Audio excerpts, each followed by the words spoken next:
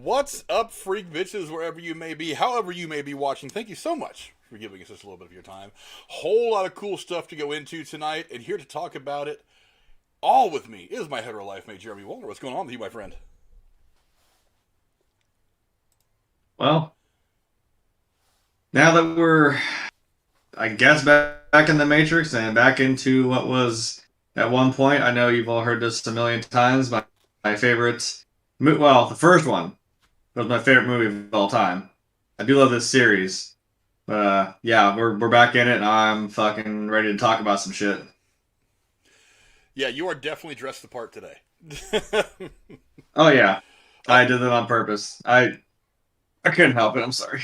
Of the That's what many y'all come for. of the many intellectual properties in movie and TVs that we talk about a lot. I mean, it's between me and you at a personal level. It's usually Anchorman.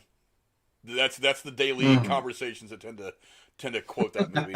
But definitely a lot Yeah, of Star Wars and stuff like that. But Matrix is one of the ones that Jeremy Kevin definitely freaks Smith. out over. Kevin Smith.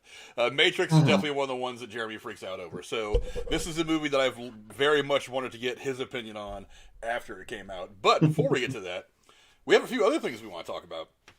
You know, we were talking a lot about the Spider-Man box office and how it was going to all play out. We made our predictions as to how it was going to go, and let's see. Let me get to my paper here. Sorry, I'm trying. Usually I have Corey here, who hopefully will be on at some point tonight, but to read this stuff for me. But I guess I'll be doing it myself right now. As I find, You wow, I'm got it. missing all kinds of paper. But anyway, talking Spider-Man. After I find all my stuff, where is my Spider-Man graphic? There it is. Spider-Man in our Matrix stream? Now that I What? found it. It's mostly about Matrix. It's not all about Spider-Man. It's not all about Matrix. Mostly about Matrix. Well, I don't even know what the hell I do with my paper. yeah. Yeah, I am completely lost. I'm completely missing shit now. Oh well. Let me see if I can pull it up on my tablet since I am not prepared at all to lose papers.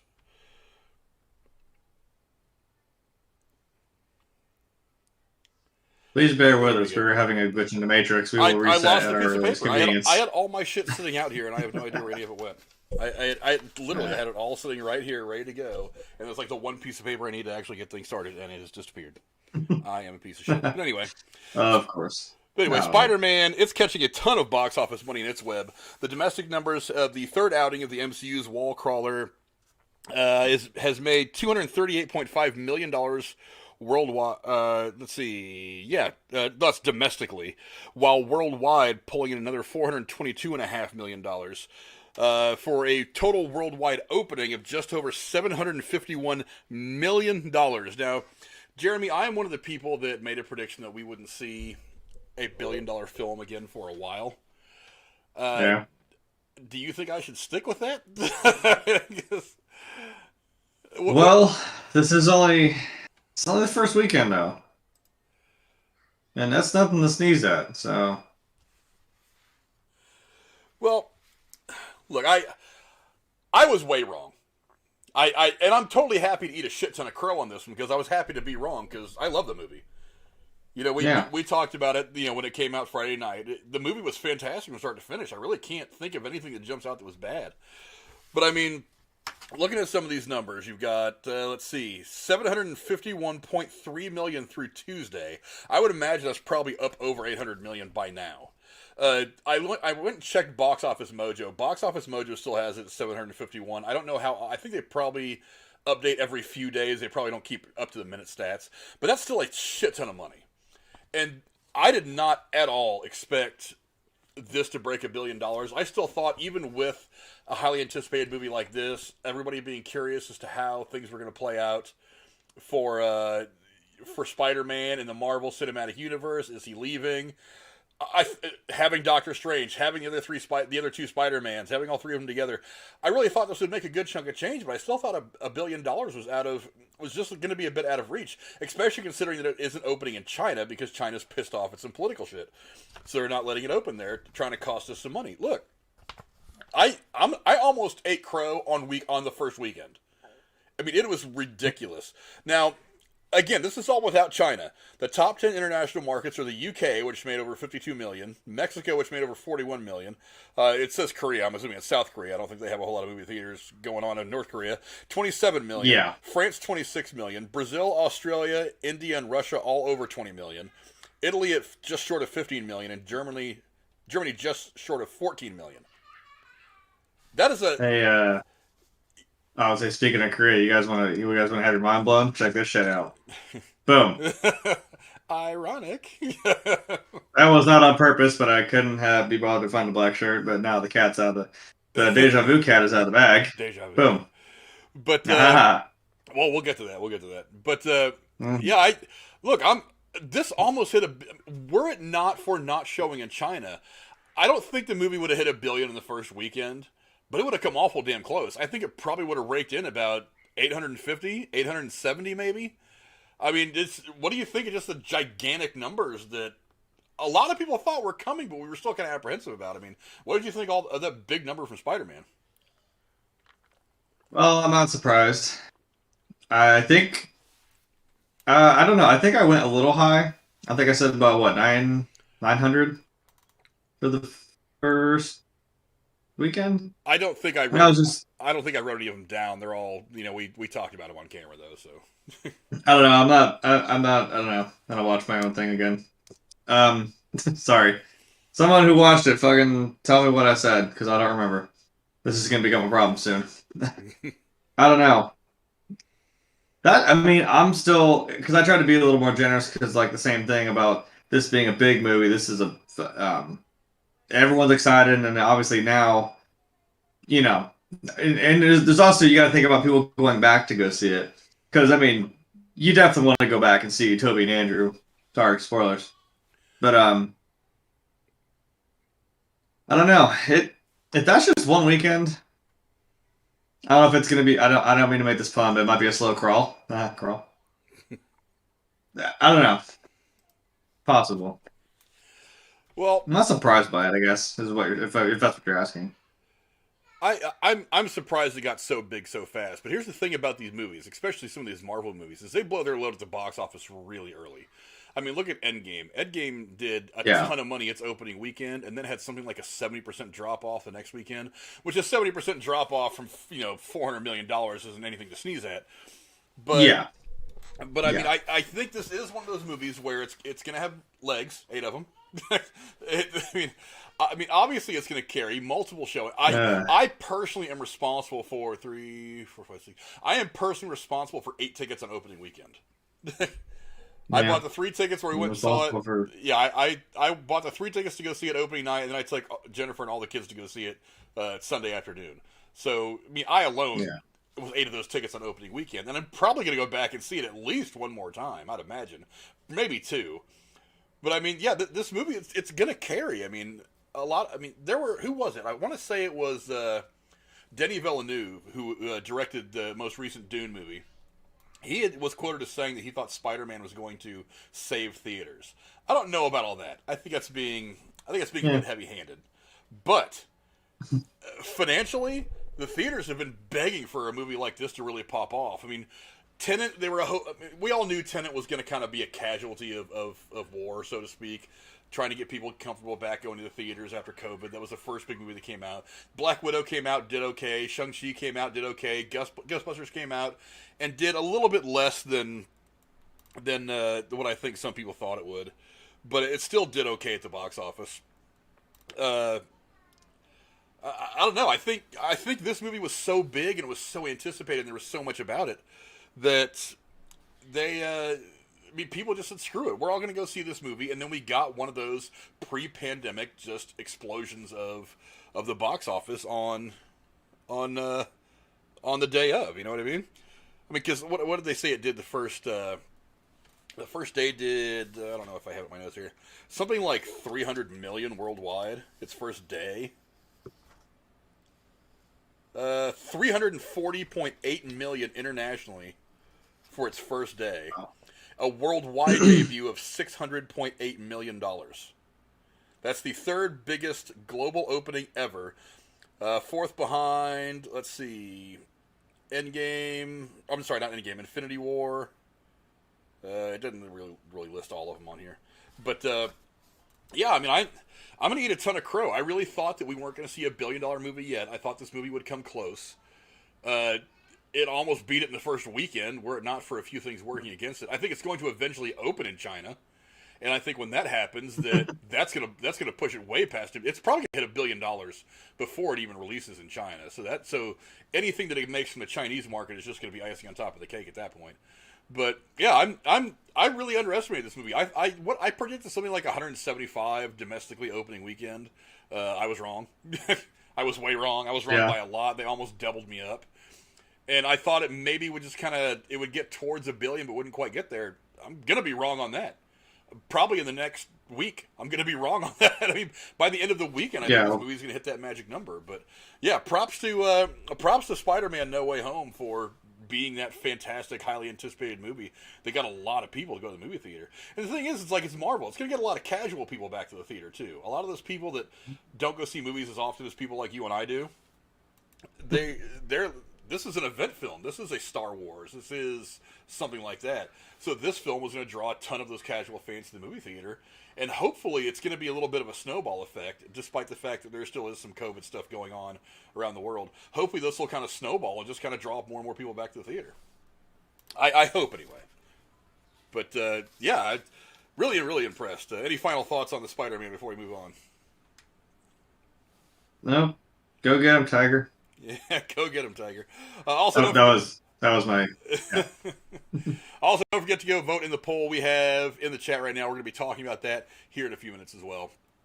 But before we move on, I do want to remind you guys we do have a Discord channel. And on that Discord channel, the movie talk never really stops. We just keep going all the time. Definitely spoilers on that channel as well, so don't think that you're going to go on there and not hear what we have to say about some of the more important stuff going on in movies and TV. Not a safe place. It's not a safe place. no crayons, no cry rooms. You're going to get spoilers if you go to the Discord. But I just want to have a place for everybody to go and be able to continue to talk movies. We've got different channels out there for some of the Marvel stuff on Disney Plus, movie discussions, things like that.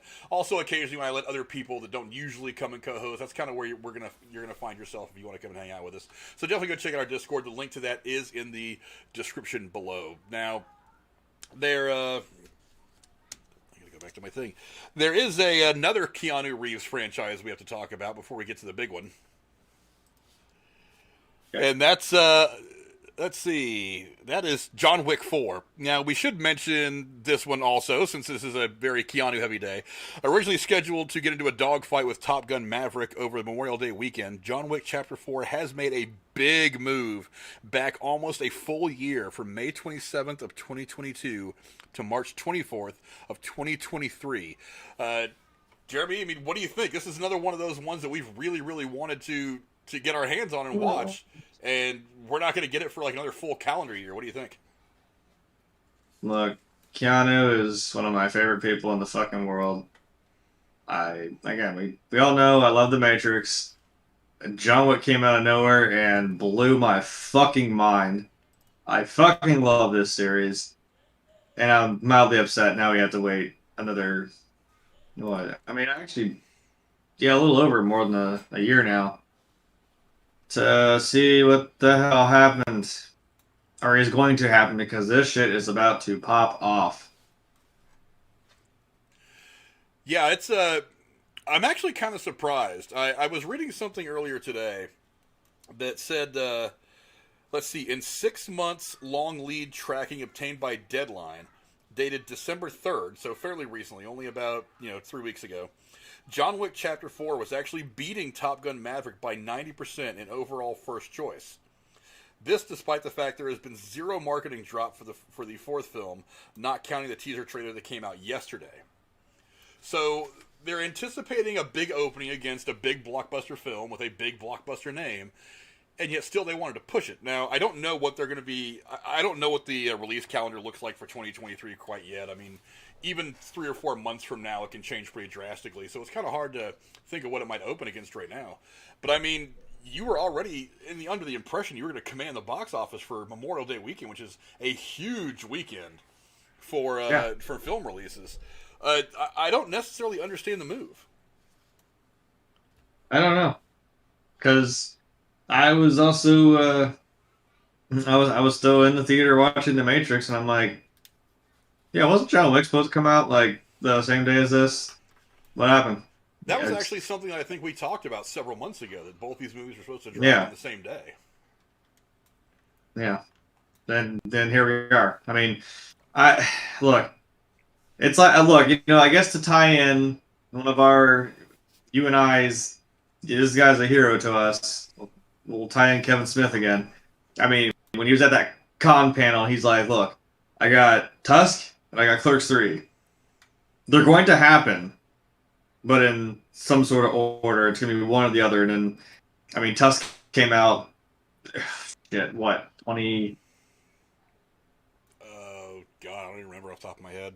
I know. I just like blanked. I mean, I remember I was still at my apartment, so it had to be like 2013, 2014. And then I'm like, and here we are. It is almost the end of 2021, and it's coming, but we're waiting on Clerks 3. And I'm like, I didn't want to lose hope there. And that's a number. That's not a. I mean, that's a couple of years right there, and we're holding our breath. Like, come on, you said you were gonna do it. Come on, I really believe him. Like, I don't want this to just disappear. And thankfully, I've had a little more hope. I got my shirts ordered and all that crap, so I'm ready. Yeah. But I don't know. Maybe it's the same. Maybe it's the same deal. Kind of like all right. Well, here's the Matrix. At least we have that, and then I'll have to find some other way to get my Keanu fix until John Wick comes out. I don't know. Maybe they fixed Cyberpunk finally. I don't know. I feel like I'm never going back to that game. I feel bad.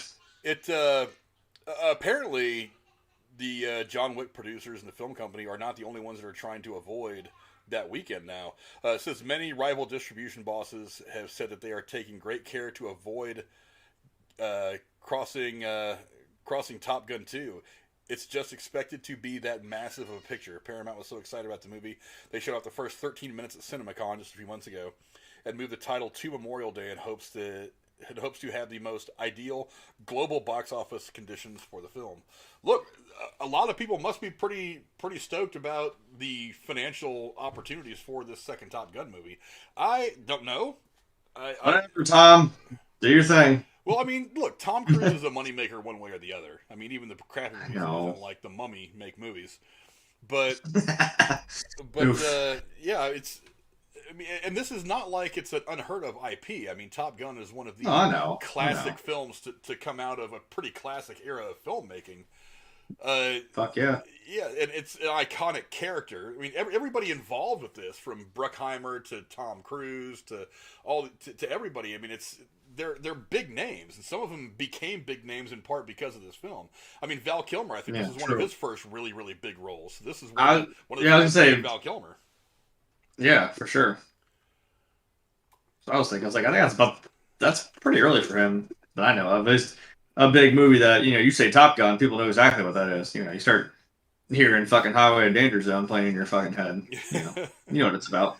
And then there's that classic homoerotic volleyball scene at sunset. It's like the whole him, Apollo Creed and Rocky going down the beach, totally not like trying to look like they're about to hold hands and skip down the beach. Whatever. 80s training montages and bullshit like that. Whatever. Fuck that. You'd be my wingman. Whatever. Fucking. Yeah. So. I would play volleyball with those guys any day of the week. I mean, why not? I'd lose, but yeah, I'd have fun. But yeah, Look, I don't know that the movie's going to be that big. I honestly don't know that it will open up to the kind of numbers that Spider-Man did. I mean, well, no, I mean it's not. I mean, for one, it's been 30 years since the last movie. I mean, yeah. Hold on, wait. Let me check my watch. Yeah, about 30 years, but so it's about time to fucking do something else to it. Yeah, it's been 30 Zinger got him. Actually, I think it's been 35 years. When did that movie come out? I forget, but I think it's been like 35 years almost since that movie. Like early to mid 80s. Yeah, so you've got that problem of a sequel that takes place multiple decades after the original. We don't really know a whole lot about the story, but I mean, it's Tom Cruise. He still looks like he's aged about 4 days since he made the last movie, if that. So, I mean, right. And maybe the well, when you put him next to Val Kilmer now. Yeah, and then maybe this movie's gonna kick ass. I mean, look, these movies, they're usually fairly exciting. I mean, you've always got the the excitement of jet fights and dog fights and all that. Military movies tend to do pretty well. You got to classify this as a military movie.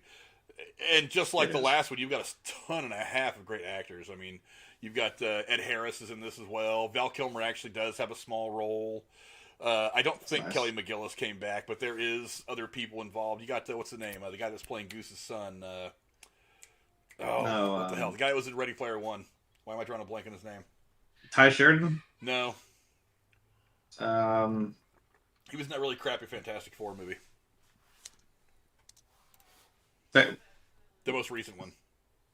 Are you sure that's not him? It's not the main kid? Oh, damn it. Now I gotta look. The main kid from Ready Player One is Ty Sheridan. I'm like, I don't know who else it could be. Was it Ty Sheridan? I don't think that's him. I don't know. I was like, now that is my favorite movie of all time now. Don't fucking question me. Wait a minute. I don't know. That's kind of interesting then if that's who's playing his son. That's cool.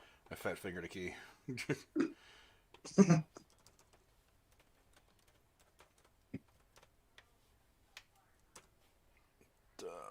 Maverick. I have to look this up now. Joseph Kaczynski, who has actually done a lot of work with Miles Teller. Miles Teller is who I'm thinking of. But yes, Val Kilmer is in it. So is John Hamm. So is Jennifer Connelly. Nice. So I mean, there's plenty of people, and it's actually it's supposed to come out May 27th. But look, I feel like it's probably going to do a lot of money because it's nostalgic. I mean, you're releasing a military-themed movie on Memorial Day, which that's not going to hurt. I still just don't know how much. I don't know. John Wick is a current property that has a huge following. I feel like that probably would have kept Tom Cruise and this movie out of the top spot for a couple of weeks at least. It would have been close. That would have been one hell of a double feature on a Saturday. You know what I mean? But yeah, I mean, like you said though, this a current pretty big series in John Wick, but like you said, you do have a pretty classic 80s movie that's now getting a sequel. That's a lot of anticipation. That's a lot of build up to, hey, let's see what happened 35 years later. And like you said, obviously Maverick hasn't aged a fucking day. But whatever. Yeah, but I don't know. I don't know. I am just disappointed this movie's getting pushed because John Wick's a very unique franchise. It's like as much as the franchise is respected amongst people like you and I and so many of the movie fans, it's a very small time, small budget, small box office thing that has kind of taken off. It's not unlike the other kick-ass franchise that we like in the Boondock Saints. They make them for bus fare. They make a percentage-wise, they make back their budget by a whole lot. But that never really, I mean, it's not challenging for one of the top 10 box office draws of all time. You know what I mean? I don't know because I don't know if I'd classify. I kind of feel like I want to classify Boondock Saints as maybe like a cult movie / series. Because it's kind of like a weird. It's got its fan base. It's kind of a not a niche kind of thing. I don't know. It's its own special little thing. I don't know. I have the poster right in the hallway, right there. I've always had it. Well, I think that's kind of what John Wick is as well. Is it's that again? It was that movie that nobody really expected to blow up, and it did. And I think it's kind of stayed underground, so to speak. That it has you mean under the table? Yeah, under the table. It's kind of stayed low key, despite the fact that it's got Keanu Reeves in it, who's one of the bigger stars right now, and it's action packed, and it's actually very well written and everything, considering it's mostly just kind of a mindless action thing. It's actually got some good dialogue. I don't know.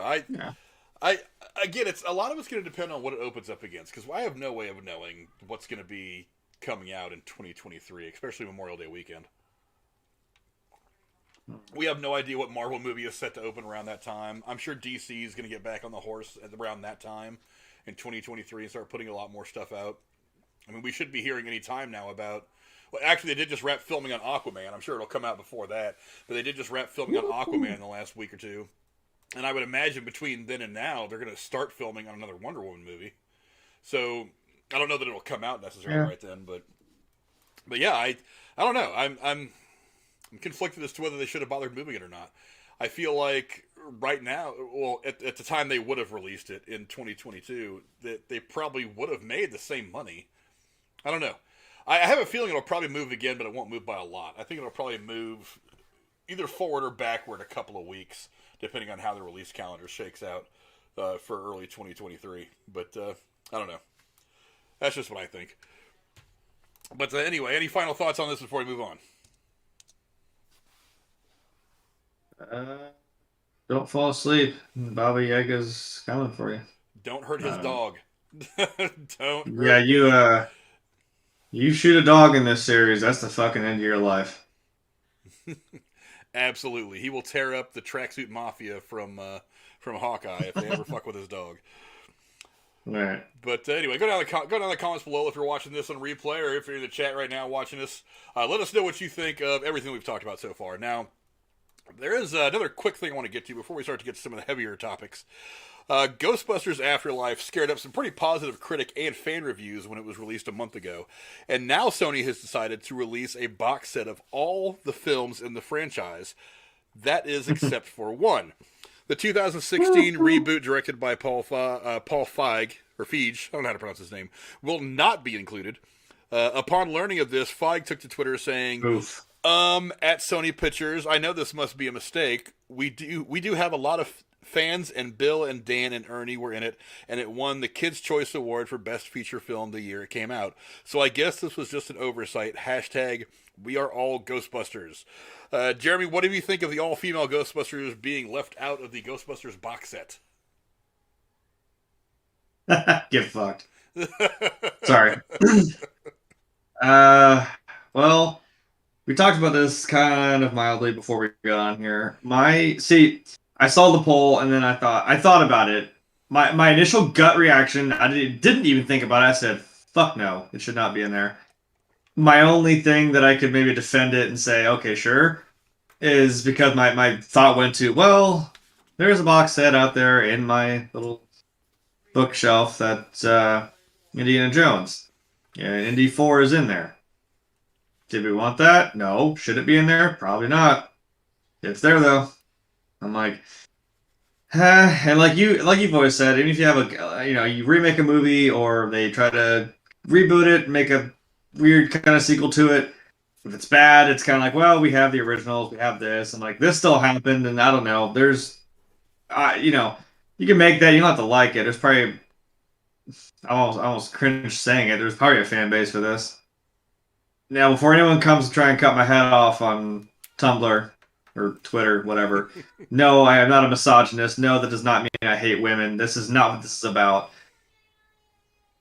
This whole thing was just a shit fest.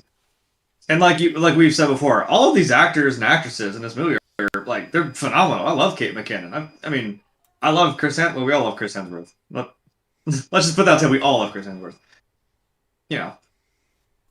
But I just think this thing was kind of mishandled. It was a whole fucking mess, and I really feel bad that, it ends up.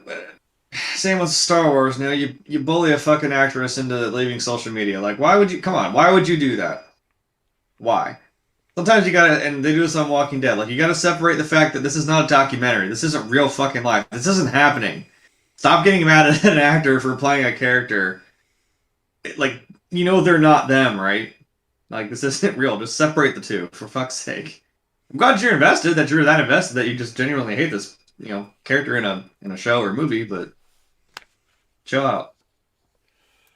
Yeah, for one, and you mentioned that nobody likes Indiana Jones 4, yet it is included in the box set. But there's a big difference between Indiana Jones 4 and this particular Ghostbusters. Is Indiana Jones and the Kingdom of the Crystal Skull is actually a part of canon. It has the original primary star, actually two of them really. It's supposed to be set in that canon. There is no ifs, ands, or buts. It belongs in that universe. This Ghostbusters film that came out in 2016 with this female cast, look, the movie was not great. It was funny. It had its moments for sure, and I don't have any problem with the performances. I thought they were funny in them. If they would have made that anything other than a Ghostbusters movie, I think that movie probably would have got a lot better press.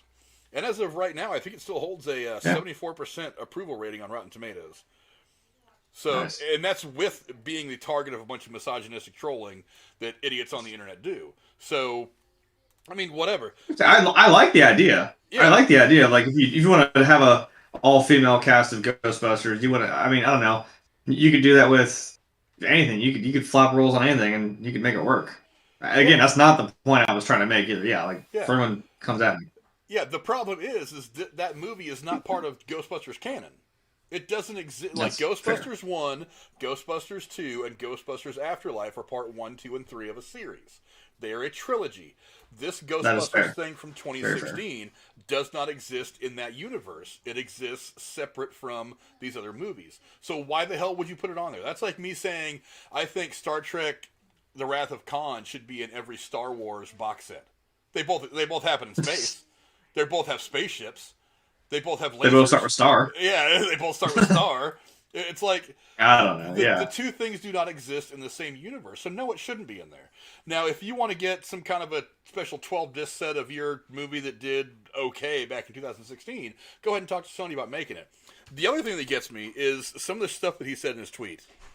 One of the things he said is, we have a lot of fans. Bill, Dan, and Ernie were in it.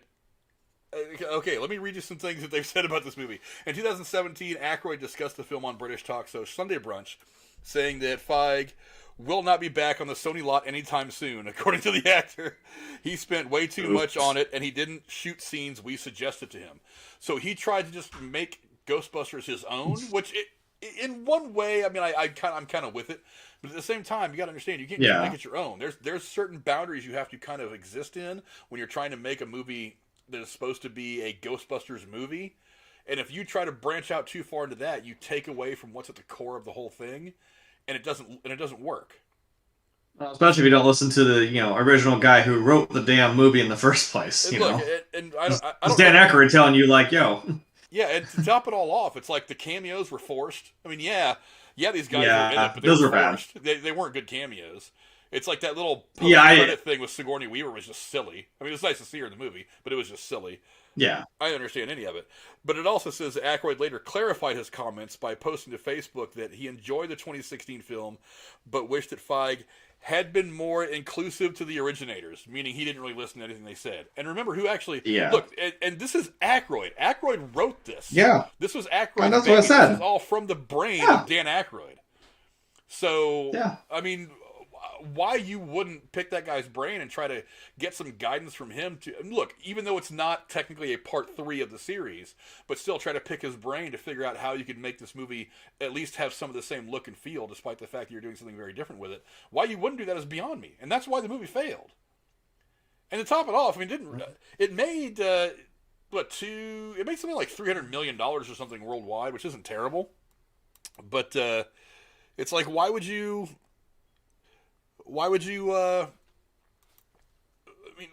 not use that opportunity to talk to the guy who created this whole damn thing and not say, how would you do this scene, how would you do that scene? Now look, again, and you can call me misogynistic all you want. The girls' performances are funny. I like Kristen Wiig. That's what I'm saying. Yeah. I like all these girls. And Thor? Chris Hemsworth. He was funny as shit in the movie too. But the movie as a whole just didn't work. I mean, it had weird color palettes that were really different from the originals, it was very neon. I didn't really like it. The ghosts were okay, whatever. A little cartoonish, a little Tim Burtonish for me, but whatever. And the cameos from the original Ghostbusters guys were forced. It just didn't feel right. I mean, none of it really worked overall as a good Ghostbusters movie, and that's the problem. So, Paul Feig, if you really want your movie to be in a box set, go talk to Sony about making your own damn box set. I mean, and not only that, but it's like, I'm sorry, Ghostbusters Afterlife was an infinitely better movie. I mean, really, it makes sense to put that movie in there, not only because it's canon, but because that movie is looked upon way more positively than your movie was. And they don't really want to put a movie in that box set that's going to keep it from selling. They want people to buy the damn thing. So why would you put in a movie that's going to make somebody look at it and go, oh, Ghostbusters box set, oh, it's got that crappy 2016 one there, back on the shelf. and I walk away. It would be that. It would literally be that easy. They would just be like, nope. It would literally like I would buy the other 3 canon movies digitally and then just not watch that Ghostbusters all girl movie. It has nothing to do with the fact they're women. Yeah. It has everything to do with the fact the movie just isn't that good. Yeah, it's not the girls. It's about it's the movie itself. Like, don't get that wrong. Let's not forget that. But that, my friends, is the topic of our poll question. And our poll question is, after I bring it back up, because I was looking at something else.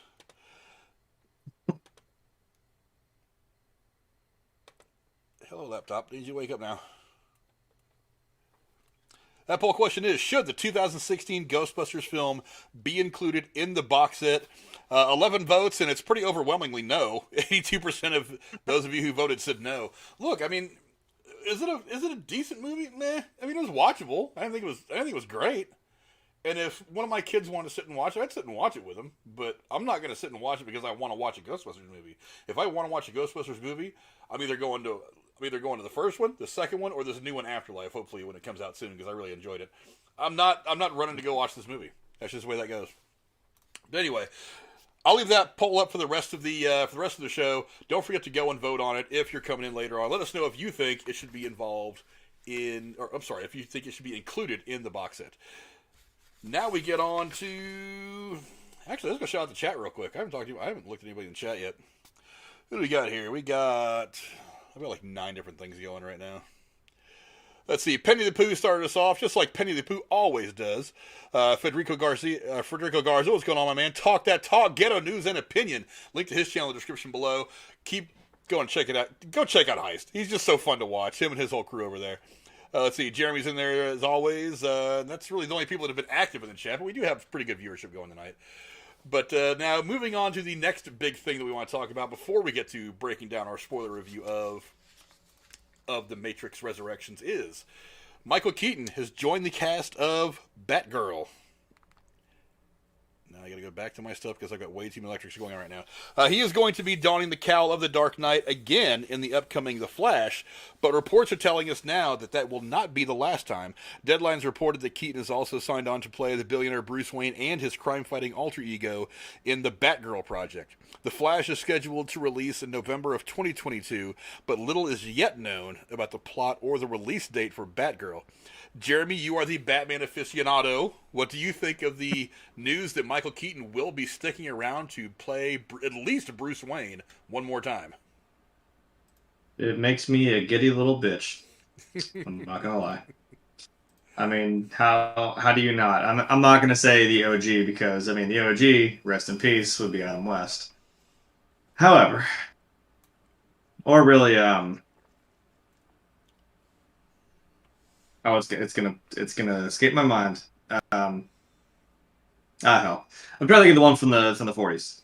Yes, there was a Batman serial in the 40s. Yes, there were 2 of them actually. Yes, pre-war, no, during the war and then after the war, which is really interesting to see that shift. It's you want to see some wild shit? Watch those. Trust me, it's a fun time. Yeah, but I mean, for the one for me that obviously I grew up watching was Michael Keaton. And obviously probably the most phenomenal pre-Dark Knight Batman movie, at its peak is definitely Batman Returns. Again, Keaton. I don't know how you could go wrong. I don't want to look at it behind, I almost said black tinted shades, because obviously this, but, Batman. But then that makes me wonder, in what capacity? Is this like is he the Batman he is in this universe? Is he what's the thing here? Why are you here? Well, that's one of the interesting questions, because in this Batgirl movie, it is going to have J.K. Simmons playing Commissioner Gordon again, as well as having Brendan Fraser in a role that I don't think has been disclosed yet.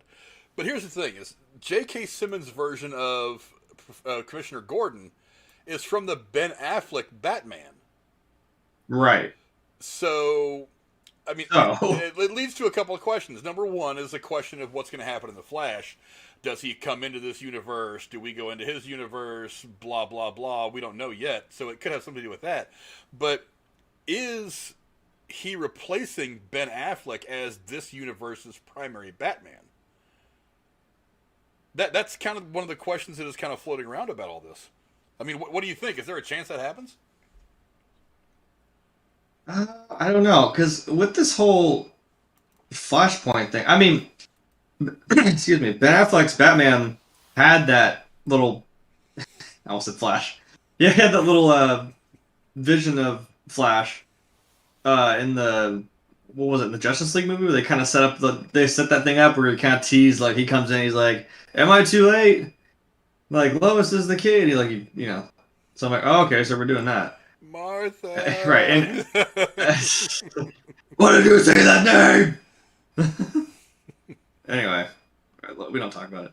We try I know, and we had Batman and Robin. Let's not talk about that one at all.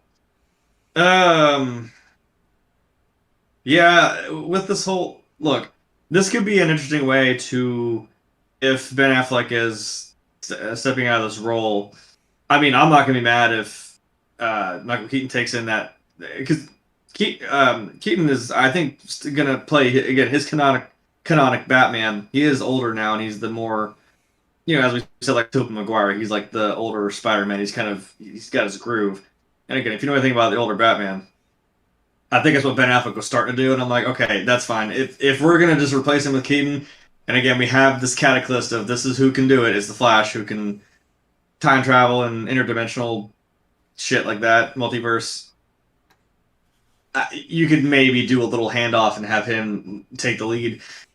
He seems very willing to do it. I mean, like I said, we saw him in the Morbius trailer as apparently Vulture, and he's in this Flashpoint movie. And fuck it, if he's gonna be in the Batgirl movie, I'm all for it.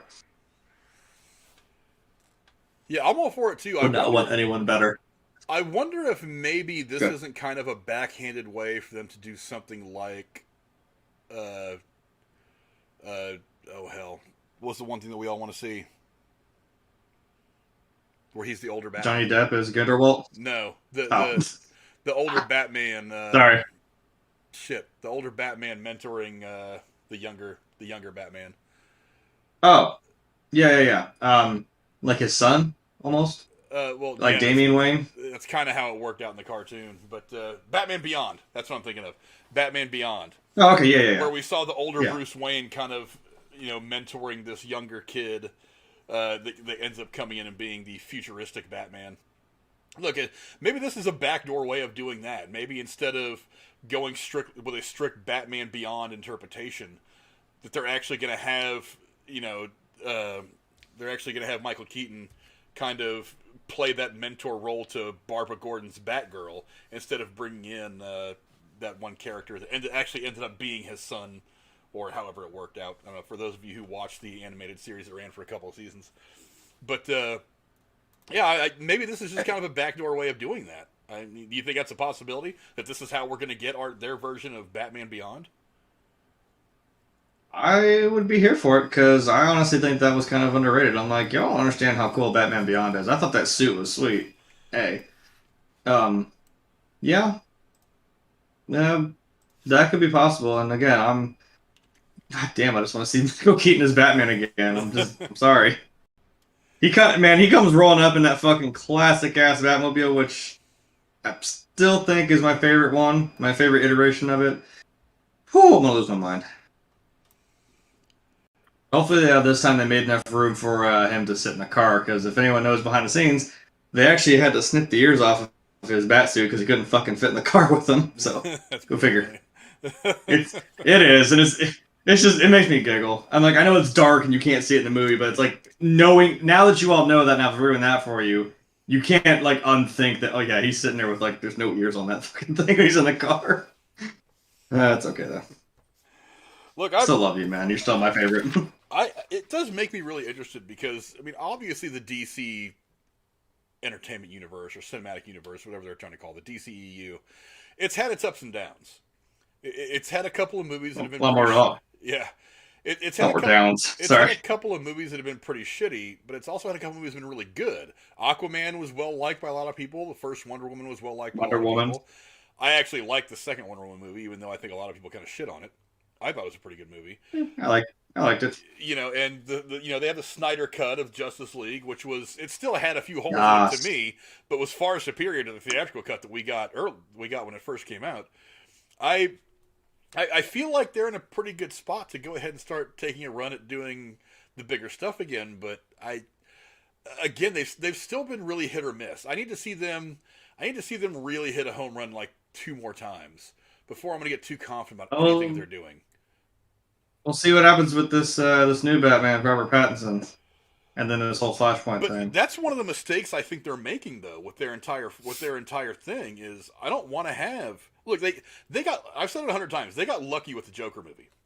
That being kind of a standalone thing, not really a part of any canon, just kind of its own whatever. They got really, really lucky with that. And I think it was a good movie. It was a great character study, but it wasn't a great comic book movie. It was just a storyline that they still told, but yeah, like you said, it's not in any particular canon that we know right now. Yeah, so it's like how many times are you going to go back to this thing and think to yourself, well, we can just tell this story in some other universe and not have it be connected to this Justice League stuff that we've been doing, and then we'll go back and do Justice League whenever we do whatever, and then have 2 or 3 different variations of the same character trying to get their cut of the screen time, because it's inevitable that most fans are going to hate 1 or 2 of those iterations, and they're not going to do you any fucking good at all. You're going to dilute your own fan base. So you're going to have a lot of your fans that are going to like the Ben Affleck version and not like the Robert Pattinson version, or vice versa. So they're not going to give the other one any time. They're only going to watch this one, and they're not going to go watch all 3 of these because they don't like a couple of them. They only like one. I just don't think it's a good idea. I don't think it's a good idea to dilute your own brand, your own product like that. I mean, can you imagine if we had 3 or 4 different variations of Luke Skywalker rolling around TV and theater screens for the last 40 years? I mean, it's like. I mean, we can probably separate the holiday special one as a separate universe because that didn't happen. Yeah, that's not the box set. No, yo, he had that little clip of Al Pacino from Jack and Jill where he's like, burn this. Burn every copy you have. That was George Lucas back in the fucking late 70s. He's like, burn every copy you find of this. You can actually find it on YouTube, sorry. or not. I know, like someone, we're talking about the 70s, late 70s, like someone taped it, someone recorded it, it's there. I'm sorry, George. I know. We're with you, trust me, but it's out there. And it's definitely out there for fucking sure. God damn, what was that? Yeah, it's Disney's. It's the mouse's problem now. Yeah, if they're gonna do it like this, fine. I just don't like the idea of having 3 different universes of the same character. It's confusing. I don't really want to go see 3 Batman movies in 1 year that aren't like mashups with Justice League or something like that. It's one thing to see a Batman movie and then 6 months later go see him in a Justice League movie. But I don't know. I don't get it. And you still haven't figured. They've probably figured it out. They at least haven't made public how they're handling Henry Cavill, whether he's going to come back to play Superman or not. So you've got the 2 biggest superheroes in the comic book world. I mean, maybe not cinematically. I think they're definitely playing second fiddle to everything Marvel. But in the comic book world, amongst comic book fans, you've got the 2 biggest superheroes in the world, in Batman and Superman. One of them you don't know if he's going to come back at all. The other one you think you're going to do 3 of. I just don't understand 3 different versions of. I don't understand that thought process. Well, we did just watch a movie with 3 different Spider-Man from 3 different universes. However, but you know what though? In one movie though, Marvel pulls that shit off. Marvel, yes. Kevin Feige. Well, and this is the problem, because now DC, you're constantly under Marvel's thumb, and you're constantly just gonna get pointed at like, oh look, you're just trying to be Marvel, haha, tee-hee, you suck. Like, okay, look, like we've said, they have a formula, they have a way they fucking do this. Marvel does that does it right. Why would you not do that? You're not trying to be them, like you're trying to do your thing in a way that makes sense. And I mean, it's not necessarily a Marvel thing. Like that is there is a multiverse. That all the Marvel things are connected. It is the same existence. The same thing with fucking DC. So why do you look, I'm sorry, I'm on the other team right now because I'm on the underdogs here of being a DC fan. I'm sorry. But you're constantly getting pointed at and laughed like, oh, you're just trying to be Marvel. I'm like, no, they're not. They're trying to do their thing, and you won't let them because you're so far up fucking Marvel's ass. I know I love Marvel. I'm just saying, don't. I had to go on my rant there for DC. is Kevin Feige, though, when he decides to do something... Well, for one, I think part of it was the Spider-Man thing, the multiverse thing, is that, A, it's not going to be an ongoing thing in Marvel. It's like you kind of got a hint of it in WandaVision. It really broke open the way it did in Spider-Man No Way Home, and then it's going to come to a completion by the end of Doctor Strange and the Multiverse of Madness. They're trying to build their entire cinematic universe around this multiverse, and it can get confusing. I mean, look, that's one of the reasons why I think the viewership has been down for some of the CW stuff, the Arrowverse. It's like, yeah, they had this Flashpoint kind of thing that they did for 1 year, but it tweaked their whole universe in the TV universe enough to where it kind of turned a lot of people off. And I got to be honest, I still have not watched the last season of Arrow, and I love that show. I am probably 2 or 3 seasons behind on Flash now. I like that show, and I just haven't haven't really felt that pressure to go back and watch them. And they're all there; they're all on Netflix. I can go to CW's website and watch them.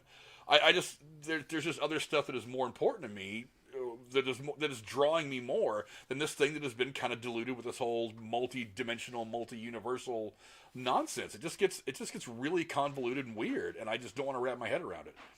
I mean, it's like having Christopher Nolan do some Inception shit with your comic book character.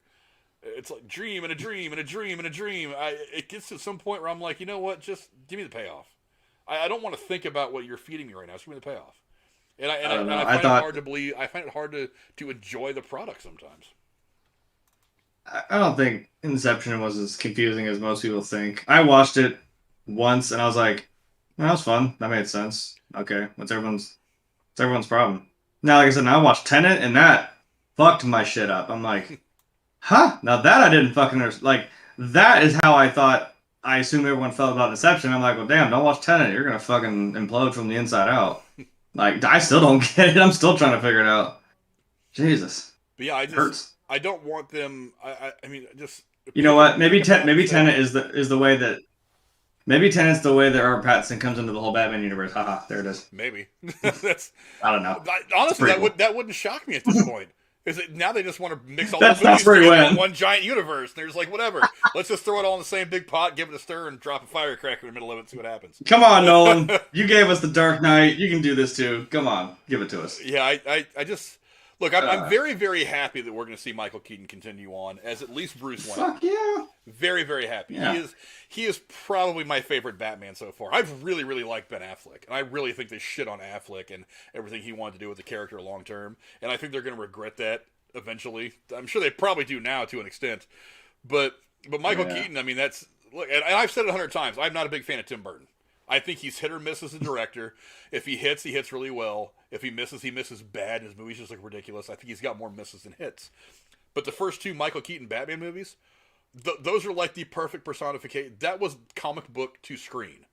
And I love the way it looked. The gothic, dark feel. I just love the way it all came together. And then, the next 2 movies, you get bat nipples, you get the Hollywood good-looking guys, and it kind of just ruins the whole thing. But and all the damn toys. Yeah, make sure we get you those based toy your sales. movie around. I get it, man, but damn, don't. Here, you want some movie with your toys? Good, figure it out. Not a good move, guys. Now, they originally had Patrick Stewart in mind to play Iceman. Oh, you mean Mr. Freeze? Oh, Mr. Freeze, yeah. I don't know why I called him Iceman. To play Mr. Freeze. They originally had him in mind to play Mr. Freeze, but they didn't think that he was going to be able to... Seriously. You know what? When I visualize it in my head, I'm like, oh yeah, he looks exactly like he would have in the cartoons. Because it's like some of the animated Batman from the 80s and 90s. He would have looked just like those little red... Yeah. The bald head, yeah. But they didn't think that he was going to be able to walk around wearing that like 100-something pound suit. So they that is the only... Yeah, that's a fun fact. That's the only reason why they had Arnold Schwarzenegger do it, because they're like, he's the only motherfucker who can wear that suit. It's fucking heavy as shit. I'm like, alright, whatever, fair enough. It's goofy and it's comic booky and it's a little too far sometimes. But, I don't know. It's whatever. Yeah, but I'm very happy that Michael Keaton's going to be around. Again, I don't know if he's replacing Ben Affleck as this universe's Batman. I don't know. I certainly hope not, because I think the plan was to have...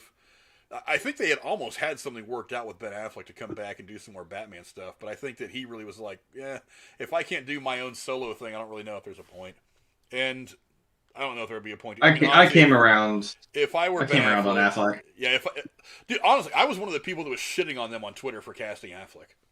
And I was too. I initially heard it and I was like, what in the fucking shit? Fuck no, don't do that again. It's my favorite superhero. I'm like, don't do that. We're coming off of, the Dark Knight trilogy. I'm like, don't, fucking don't. I don't know how you're gonna, the bar's here, but don't. Please don't. Yeah, but I really like I ate my own words. Yeah. Yeah. I really like Ben Affleck, but I don't know. Go down in the chat and let us know what you guys think about Michael Keaton signing on to continue as Bruce Wayne in Batgirl. Now, I think Batgirl is scheduled to come out. I don't think there is an official schedule for it. Yeah, the only thing they've got right now is Flash is releasing on November 4th of next year. I'm sorry, no, about 11 months from today. And Batgirl's plot is being kept under wraps. All we know is it centers on Barbara Gordon, who is played by by Leslie Grace, and is the daughter of Gotham City Police Commissioner Jim Gordon. The guys that directed Bad Boys for Life, a movie that I still haven't seen, are actually directing this film from a script written by Christina Hodson. There is absolutely no news as to when this is going to come out or what it's going to look like. So hopefully in the next 6 months or so, we'll start to get some more information on that. But go down in the chat below. Let us know what you guys think about Michael Keaton sticking around for at least one more film in the DCEU to play at least Bruce Wayne, maybe even put the cowl on to kick some more ass as Batman. That would be awesome to see. Now, before we move on to the crescendo of everything we're going to be talking about tonight, just want to remind you guys we do have a Patreon, and for just $5 a month, you get a chance to win $25 a month in free movie tickets. We will be doing another giveaway next week to end the year, our last show of 2021. Basically, support us for $5 a month. We give away $25 a month in free movie tickets once a month. This helps you guys to get to the theater to go support the theater staff, not really the production companies. They're going to make their money, but the theater industry was hit very, very hard by the pandemic, and it's just now, as we were talking about earlier, with all the money that Spider-Man has raked in, it's really just now starting to get its feet back under it. So it's been 2 years almost that a lot of these people that work at the movie theaters have not had a great income, and some of them are still suffering here and there in spots, especially like on the coastal cities. There's still a lot of shutdowns, limited seating, things like that. So really what I want to do is I want to try to promote you guys to get out there and help support the people that work at your local movie theaters. So if you would like, go down and support us on Patreon. Link is on your screen, and it's in the description below. And now on to our final topic, and that is back to Keanu Reeves' other franchise. The Matrix Resurrections released yesterday in theaters and on HBO Max. The fourth film in the franchise has met with mixed reviews, but maintains a fairly positive score on Rotten Tomatoes with a 67% critic and audience score. Jeremy, you went opening night. What did you think of the film? Yeah. Yes, I did. Got really lucky. All right.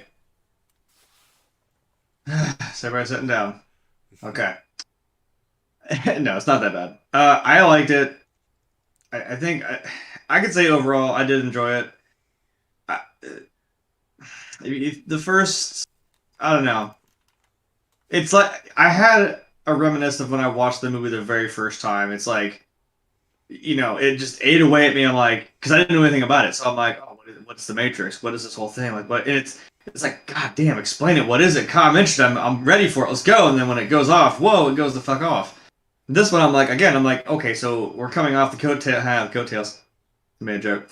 The coattails of, I know. Thank you. The last 3 movies. And I'm like, okay, but, they did. So, what? Now, I was like, Keanu, you can explain away. Is like, okay, there's been other versions of the one in each Matrix. Okay, that's cool. But how is Trinity? She dead. She dead. But, I mean, this is borderline comic booky, and it's computer programs and all kinds of whatevers. And I'm not really upset about how they explain that they're not really dead. I'm like, okay, fine.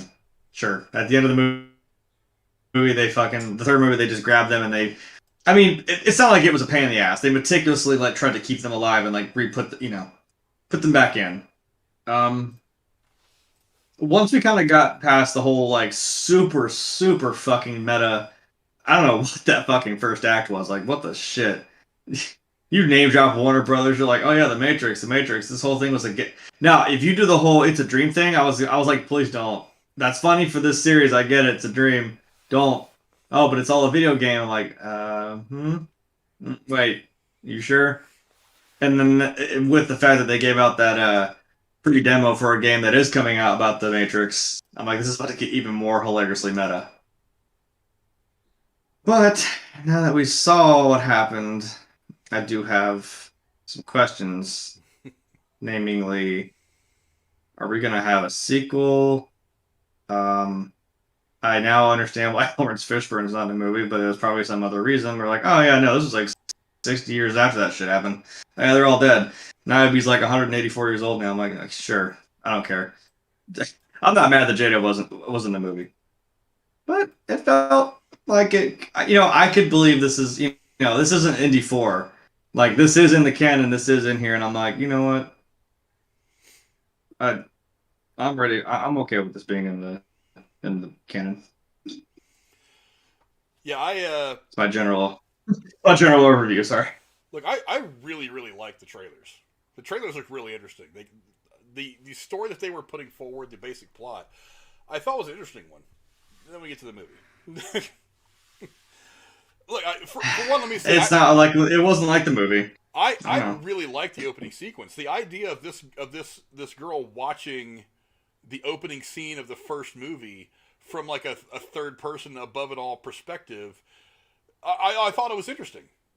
I mean, I was like, okay, cool. I'm with this start. I didn't mind the action of the movie at all. It wasn't as actiony as I wanted it to be, but it was okay. The action of the movie was pretty good. I liked it. First act, I was okay with, and it didn't really do anything for me after that.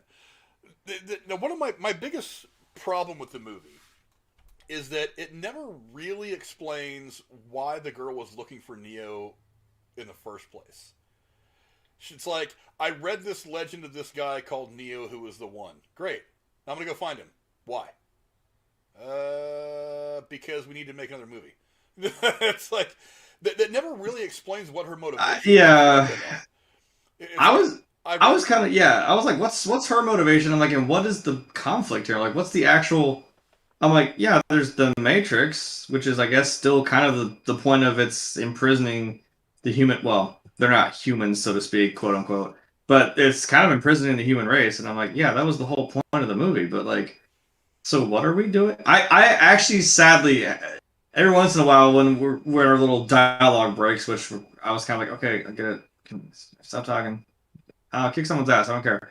But I kept asking myself, like, okay, but, like, what's the conflict here? What are we doing? Now the whole thing with Trinity I can understand. Like, you get Neo out and he's like, well, and he thought he saw Trinity there for a second. He's like, well, we gotta go get her. I'm like, yeah, that I can understand. I don't know. That was the other thing that got me. It's like, what made Trinity so important? It's like, throughout the original trilogy, she obviously is important to Neo, but she's not necessarily important to anything that Neo does. Like, Neo is the one. It seemed to me, the way it was put out anyway, it's like whether Trinity was a part of the story or not, Neo was always going to do something that bridged whatever he needed to bridge. He was going to save the human race and make the machines leave humans alone to live their lives. Trinity really had nothing to do with that other than being a love interest. And yeah, she's a badass. She's a badass. I mean, she goes around, kicks ass, shoots guns, and tears up a bunch of agents. But she really doesn't have any important value to the original trilogy other than just being a love interest to Neo and something that motivates him. She doesn't have any special power of her own. She doesn't have any special connection to the Matrix. Now, all of a sudden, she's the one? However... Yeah, and then... hold on. I don't know. I thought maybe this was a dyad type thing, like with Ben Solo and Rey. I'm not going to call her Skywalker. Fuck you. But they don't allude to any of that in the original trilogy, though. They completely redefined on who Trinity was, and I was like, really? Well, I hate to be this guy and explain away with a dumb line of I sound like a flat earther, and here's my excuse. Well, what is real? What is real in this universe? What is the? We don't fucking know. I never know, and it pisses me off a little bit. But I don't know. That was the audience applause break. I mean, my jaw dropped. I was like, wait, she can fly? Oh shit, she can fly now. Oh fuck, all right. I mean, I did giggle at like fucking. They're like, Neo, can you still fly? And just Yeah, it's not happening. I'm like, That part was funny. oh, And look, like, oh, poor guy. and there were times that the movie Yeah. kind of poked fun at itself that I thought were pretty good, but then there were other times where it tried a little Oh, too yeah. hard. It tried a little too hard to be meta, and I was like, because one of my problems with Tried the movie, really hard. yeah, another one of my problems with the movie is that it never really got a chance to be its own entity. It's like whatever the story was going to be, tell that story. And it seemed like after a little bit of dialogue would happen or something would happen that would let this movie be its own thing, they would work in this throwback to another Matrix movie. It's like, oh, don't forget, we're attached to this other movie that everybody already knows about. Don't forget, we're attached to that movie that everybody already loves. Well, yeah, we get it. Tell your new story. That's why we're here. Stop going back. We want to know what's going on. Yeah, stop going back and reminding me that Matrix movie from 1999 exists. I know already. I like it already. Stop going back and sprinkling little bits of that movie on top of this one to make this movie better. That's not how you do it. You've got this new story. You've got new characters. You've got great new actors. You've got great new people in it. The girl that played the purple hair girl, the main character, I forget her name off the top of my head. It's the same girl that played. You mean the blue-haired girl? Yeah, it's the same girl that was in Iron Fist on Netflix. So I like nice. her in the role, and I liked her. I thought she did well. I thought the other people did well. It was really nice to see Niobe again too. I thought that was the coolest piece of connection to the original trilogy. The older Niobe. That was nice. That was really cool to see. But it's like this movie never got a chance to be its own thing. It's like I think it spent more of a time explaining what was going on, like why. Okay, here's why. I'm like, okay, but why? I don't know. The other thing that got me about it was Neil Patrick Harris, who by far is a standout in this movie. Well, it's Neil Patrick Harris, man. To me, anyway, Neil Patrick Harris is the best thing about this movie. His demeanor, what he really is in The Matrix, was fantastic. My only problem is he plays it well. They telegraphed who he is so fucking bad. The moment that he came on screen, I was like, oh yeah, he's a bad guy. And this is without me even really paying much attention to the marketing. I look seriously. He's got the blue rimmed glasses. He's wearing a blue sweater, blue tie, blue socks. Everything about him is blue, and I'm like, blue pill? I'm like, you couldn't have made that jump. Well, he may as well have had a tattoo on his forehead that said, "I'm the bad guy." And it's like, I was like, you're kind of telegraphing with that one with me, but whatever. To be fair, that brings up a funny point. To be fair. Why does the main girl have blue hair in The Matrix? And here's the thing that really gets me is why did they all have blue tinted sunglasses? What the hell was that for? What was that about? I noticed that and it bugged me a little bit because I'm like, why do they all have blue glasses? They have different types, styles. But a lot of them have like blue lenses and shit, and then she had blue hair, which I mean, it looked cool. I liked it. But I'm like, is this some sort of symbolism? Like, what's going on here? Yeah, I don't know. I really, really wanted this movie to be awesome. And I remember watching the credits at the end of the movie, and I was kind of waiting for the post-credit scene, which we'll talk about that in a minute. But which, by the way, fuck that. and I'm sitting here wasting my time just to make some stupid pun. Fuck you. I know. It was so bad. Stupid. But I'm sitting there watching it, and I'm trying to process exactly what I thought of this movie, and I'm thinking to myself, I don't even know what the hell I just watched. It's like, it was. Yeah, I kind of felt the same way.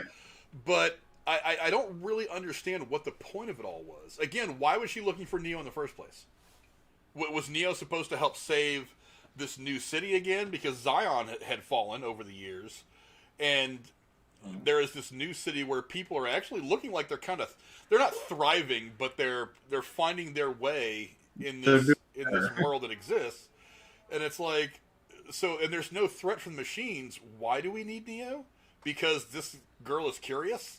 I'm like, yeah, you guys are poking the bear. You guys are doing that because I mean, I do like the whole. I mean, they kind of explained Neo's like, well, it feels like everything I did didn't matter.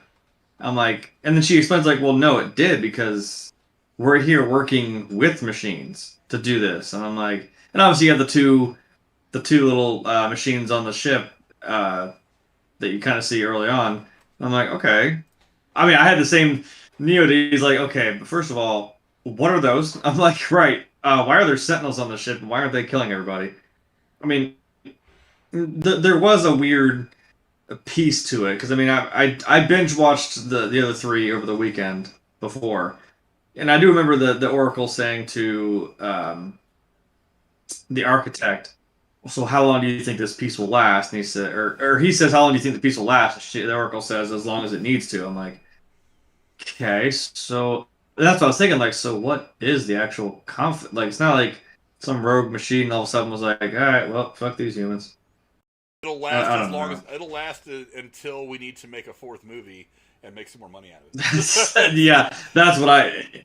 Now that I knew that was coming out, I'm like, oh yeah, until we need to make another movie 20 years later. Yeah, I feel like look, I was not bothered by the fact that only one of the Wachowski siblings was coming back to do this because I figured as long as one of them Yeah, was there, I'm okay because they kind of shepherded this whole thing from the very beginning. and Keanu and Trinity came back, Keanu and Carrie-Anne Moss and a lot of people that actually cared about the franchise. and But I'm Beta. like, Yeah, yeah, but I'm like, what did you really give me? I mean, did you really just make this because it's a Matrix movie and people are getting really into the remakes and or not just remakes, but like long-awaited sequel things? I mean, it's like they're just like, oh, they've made a sequel to this that was 20 years old. Let's go ahead and do a sequel to this movie because it'll probably do well because it's a Matrix. It's a recognizable IP. as I keep saying. We've got Keanu. One of the things that really did bother me about this movie, and I know you want to change a few things so it's not so similar, but let's be honest here. The only reason they let Keanu keep that beard and long hair is because they're trying to draw a lot of that John Wick vibe. I don't see. I know. I even saw it in the marketing. I was like, you may as well just make John Wick 5. Just call the people that run John Wick and say, hey, can we make part 5? Because you're obviously trying to feed off that. I mean, seriously. It's not like we don't know who Keanu is, guys. Yeah, Like, come on. I mean, look at this for Christ's sake. You're obviously going for a John Wick vibe. No, I know. Like he is supposed. Like this is later. This is a different version of Neo. I'm like, okay, yes, and I get it. Now I'm glad they did do the whole.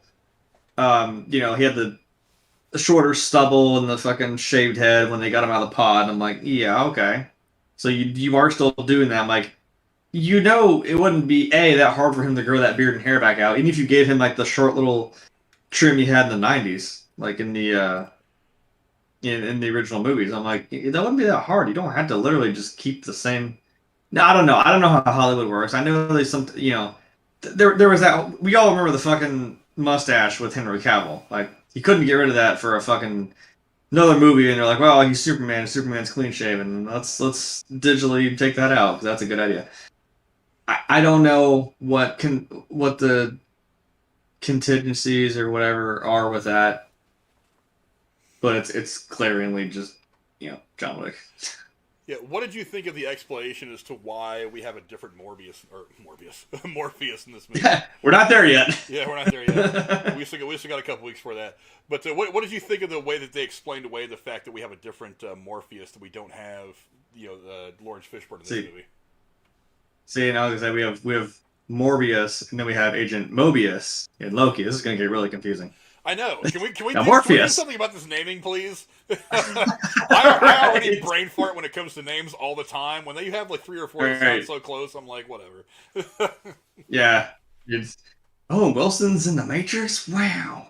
Like instead of Neo just saying whoa, it's just Owen Wilson going, wow. Wow. Someone please make a cut of that. Just like Lawrence Fishburne doing the jump and just have him there going, wow. It'd be great. Yeah, okay. So with this whole thing with Morpheus, I was also kind of, again, slightly vocal theater. There were some ladies next. My mom, I had Rachel here, and then my mom here, and then there were some ladies next to my mom that were, and they all kind of did the same thing. Where he's like, "I am Morpheus," and they're like, "No, the fuck, you're not." I'm like, I know. I'm trying to give him a chance. I know. I had the little Sandy Cheeks meme where he's like, "No, you ain't." Now, if you're gonna explain that, this is where I'm still trying to understand this world of this current Matrix and whatever's going on. And he's a program. Now he's a program in this Matrix, right? Now, they didn't see. It's already fucking with me. I'm trying. They made the whole thing like, oh yeah, the events of the first three movies were a game that Keanu's character designed based off of residual memories that he had. Like, he basically Stephen King's this, like, hey, I had a nightmare about a killer car. I'm gonna make that a book, haha, and make it a movie. He's basically Stephen King kinging a fucking video game out of his experiences from the movie. Now I don't know if that for some reason became part of it, because maybe it's supposed to be a weird connective tissue to where he's like, wait a minute, like, you're not the Morpheus I know. But, and also, yeah, I think the reason might have been, and I'm surprised since Lawrence Fishburne was in John Wick, I'm surprised he didn't come back for this. I'm like, man, you could have, all three of you could have just, well, four of you, really, again with Jada, you could have just come back and, done your thing. There may have been a pay dispute, or he may have been unavailable. I don't fucking know. Well, they do explain in the movie that there has been, yes, time-wise, there's a 75 year time jump from the end of Matrix 3 to now. So I'm like, oh, he's dead. And that, yes, and it does he's say probably that he dead. got elected like ruler of Zion, and I forget exactly what the reason or why. Yeah. But Zion kind of fell apart because he was so hell bent on staying with the old ways and didn't really want to evolve, and Zion just kind of died off because of it. And this new place that Niobe is running is now the new Zion, so to speak, and that she's trying to find ways to grow it a little bit, evolve it. Yeah, she got strawberries. Yeah, she got strawberries. And green pepper. I do appreciate the little. Yeah. I do appreciate. I mean, they had a little, I guess memorial statue or whatever to Morpheus, and it looked very much like Lawrence Fishburne. I'm like, okay, cool. Now, my mild understanding of Hollywood, I guess I should have said, because I'm like, well, that's using his likeness, and I'm sure he had to have approved that. So I'm like, he had to have been probably asked, like, hey, can we make a, little shrine statue to your character in the movie? And he's probably like, yeah, sure. Or his agents or somebody, or representative probably said, yeah, sure. So I don't know. I'm kind of confused as to why he didn't come in. Because I would have loved to see him also has been that sage, wise old fucking Niobe was. I wonder if maybe he just didn't like what the movie was looking like when he read. If they gave him the script, and he was maybe. I'm not really feeling this. Yeah. I don't know if I want to be a part of it. Just kill my character. Use some stock footage from the first 3 movies. Pay me a couple of bucks for my likeness, and I'll go away. That's the other thing. You still have to use. Yeah. Now, can we talk? Now, speaking of that, there was no Hugo Weaving in this movie. There was Cyclops, or the guy that has Sonic as a pet now. Well, there was. Who's, I guess, Smith, kind of just not in Hugo Weaving form. I know we don't want to hit all the same beats, but I'm like, okay, but this trust fund looking man-child thing is Agent huh? Yeah. Now I like the little twist though that now it's not a, that's the scary part is okay, now it literally could be anyone, and now you won't know. You won't just see an agent just take someone over and then they come fucking running after you. I'm like, oh, they can just take over anybody and they can mass swarm this shit. Almost like a virus, for real. I'm like, okay, now that's terrifying. That's a new twist onto the fucking lore of this world. That I'm like, whoa, okay, that's cool. I'll give you that. And the fact that I guess, Neil Patrick Harris can, he got the idea for the bullet time, and he can basically have you by the balls because he can control it. I'm like, that's kind of cool. I actually really like that scene when he goes to get Trinity in her motorcycle shop, and then Neil Patrick Harris shows up. I thought that was some pretty good dialogue. But the problem is, that was cool. It's like it sets up nothing. It's like, yeah, we understand that he wants Neo plugged back into the Matrix for his reasons, but that's really the only solid plot point that is ever really displayed in the movie. The rest of it just doesn't seem to have any real purpose. You know what I mean? Yeah. Here's my problem. This is just a little weird side rant. I'm like, we know Neil Patrick Harris is one of the bad guys. And actually, even for the Agent Smith guy to turn on him, if you had Agent Smith team up with Neo even for fucking 5 minutes of a scene, I'm like, okay, you're a bad dude. Holy crap. I thought that was kind of fun. And he did turn on. He was like, all right, well, this is where our friendship ends. I'm like, ah, damn it. There he is again. Yeah. I don't know. Did you have to, we already kind of don't like him. Do you have to make him almost cringy like misogynistic prick. I'm like, okay, I get it. He's a dick. Fucking hell. Now, did I laugh when Trinity fucking knocked his goddamn jaw off? Yeah, I did. It was awesome. That was pretty funny. She kicks that was hilarious. She damn near cuts his fucking head off and then brings him back to life. I thought that was hilarious. I know, like now that is funny as shit. However, I mean, and then also again, my mom with these fucking bomb drops when he said like, "Oh, women were so much easier to control," and then my mom went, "Yeah," says the gay blade. I'm like, God damn it. She had like the rest of that road just dying. I'm like, okay, that was good. That was good. I'll give you that.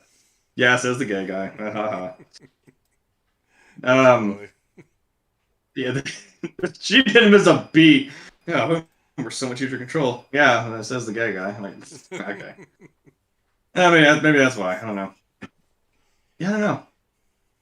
My question though, hold on, when they do the little agent swarm at the end there, and they're playing like the worst possible version of a game of like PUBG zombies. Were those people actually dying? Because I'm like, whenever you saw an agent or you tried to kill one of them, I guess they did kill the person they were in, right? Maybe it killed the hosts. But like, obviously the agent would switch real fast. Like, you can't kill the agents because they just become someone else. But I'm like, they just flat out capped all these people. I know they were trying to kill them. I'm like, what else were they gonna do? But is there a bunch of people that just died in their pods all of a sudden? Like, are we gonna explain how that probably happened? I would assume Jesus. so, but I mean, it's not unlike. I mean, that's one of the questions that gets raised, I guess, kind of about the original trilogy. It's like all the times these agents take over these other bodies, those programs just cease to exist. I mean, do they just disappear? Yeah, are those people just dead now? I don't know. Because they would switch out right before they fucking kill the person they were in the first place. I mean, yeah, like one of the most badass Trinity moments is like, after he does a little bullet dodge and he goes to shoot him and she just goes out, hey, dodge this. Boom! Shoots him in the fucking head. And yeah, the agent leaves and then like you see the helicopter pilot with a fucking bullet in his head. I'm like, okay, now is that guy dead? Is that human in his pod dead now? I don't know. I don't think we've ever explained that. It bugs me a little bit. Yeah, I don't know. But one of the fun references to the first movie that I saw was Neo eating the steak. Did you catch that? Yeah, when he's talking about like Cypher. Yeah, it was through some kind of montage or something like that. But when he was eating the steak, that was kind of where my mind went. Was that conversation with Agent Smith and Joey Pants, Cypher from the first movie, where they had that discussion about I think I'm eating a steak. My brain tells me the steak tastes good, but I know it's not code. I thought that was an interesting little callback. There actually was a couple of really cool callbacks in there. I mean, the cat's name obviously being Deja Vu. That was the best. I can't be mad at that. But another thing, it seems like this whole movie tried to set up for a sequel. And I was like, can we talk about the end? Because I'm like, I think that's where they're. Hold up. Hold up. Slight reverse. When they went there to Neil Patrick Harris's little therapist office, I was on a brain fart. Sorry, somebody adjust my Jesus. Unplug myself there. But they went to go talk to him, and they're basically like, "Hey, we're gonna go do this, but first, like they said that it's almost like a villain monologue. Where like, hey, we're gonna lay out our plan right in front of you. So, haha, goodbye." Yeah. I'm like, okay, guys, I know you're basically fucking gods now, but come on. He is the god of this world, though. I mean, although I guess that was the whole point of Trinity, like kicking his ass 10 times over and just fucking Thanosing him back to life. Whatever.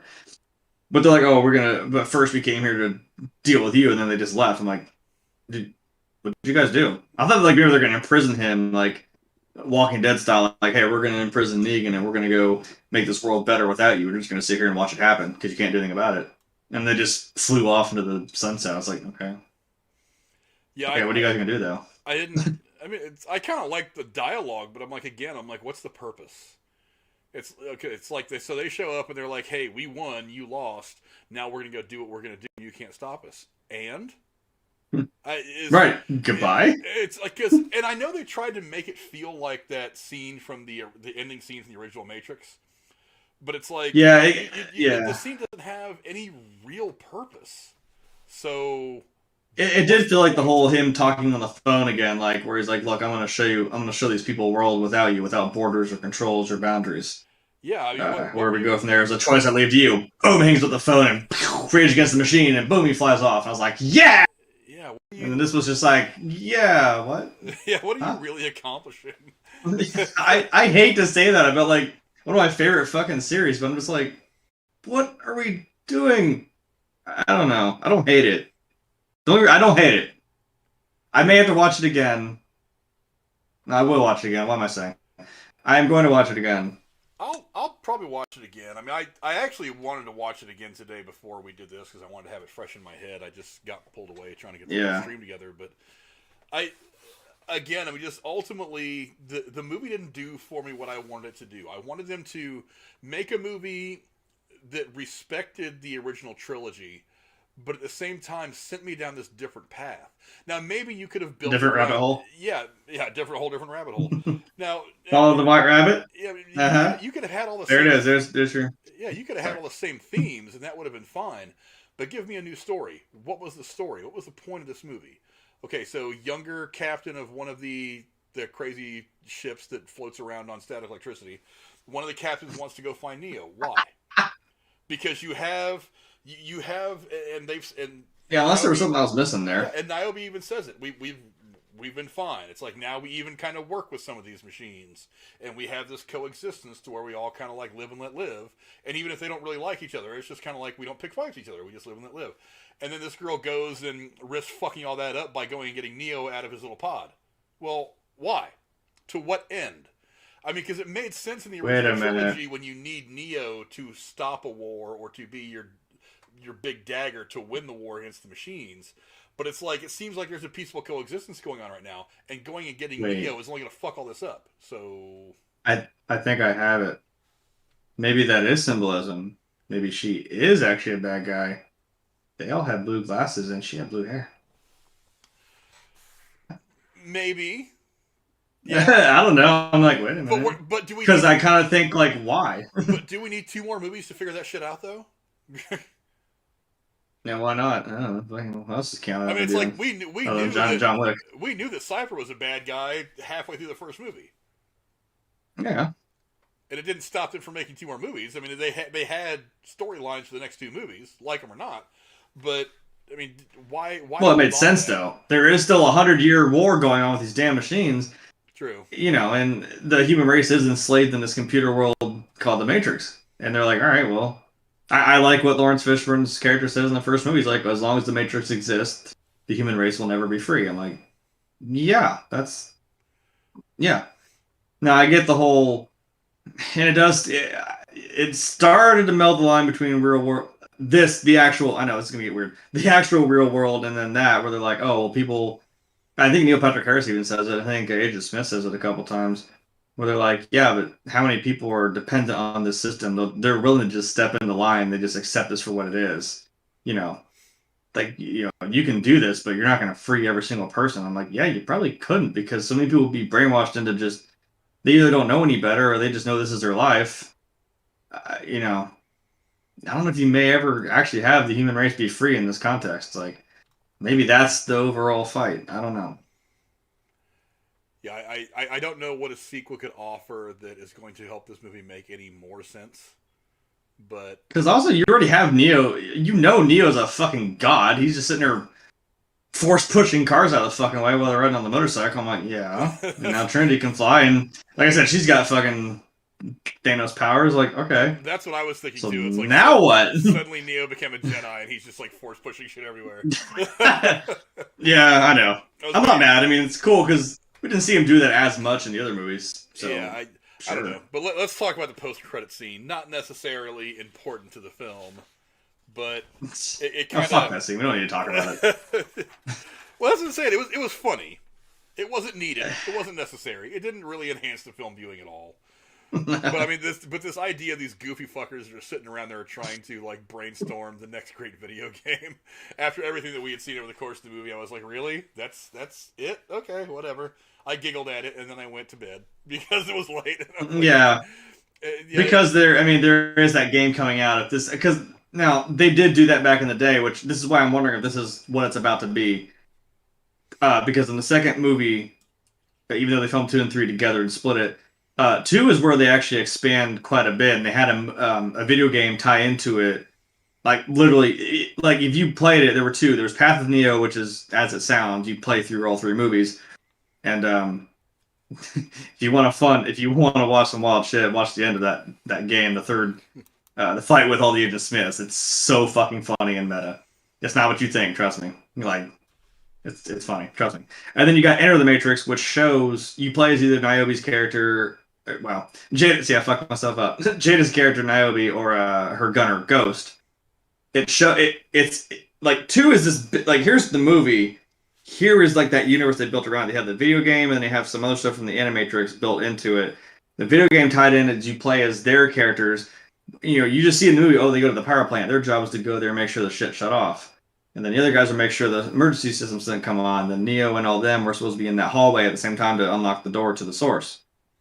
Now you actually play as that. You actually get to go into that part and play as all the stuff that Niobe and Ghost did during the course of that movie.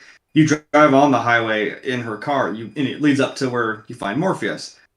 They actually filmed like actual scenes with Jada and the other two, like their operator on the ship. They actually made scenes for this game and filmed it all together. It's all one big story that is that. So if this is about to somewhat maybe tie into this now, that'd be really interesting.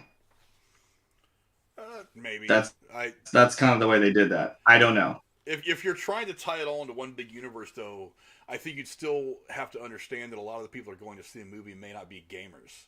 So if you're gonna spread out important plot points and important story details over the, it's not important to still understand the movie if you don't play it. I'm just saying it was cool to see that. Oh, and now we're actually following, Niobe and Ghost's story. Okay. In relation to what they're all doing. Yeah, in relation to what they're all doing there. I'm like, yeah, you see that little shot of her like staring at the power plant. It's obviously she did her thing and got out and blew it up. I'm like, yeah, but you actually get to do that in the game. It's kind of fun to see how that happened. And like I said, they actually filmed things. There's cutscenes that they filmed with the actual actors for it. But it's kind of cool. Now that's what this game is about to do. Along with this, again, we're gonna hit that beat again. I'm cool with it. Yeah. So especially the way that the media is now. Ultimately, do you think a sequel is coming to this at some point in the next few years? I would not doubt it. But I'm again wondering, what are we going to do here? You now have 2 gods flying around. Well, you don't quite know what you did with this movie to begin with. I don't know what they did. Let me go and look real quick. I want to see exactly what kind of numbers it's pulled down over the opening weekend. So that way I'm not talking out of my ass.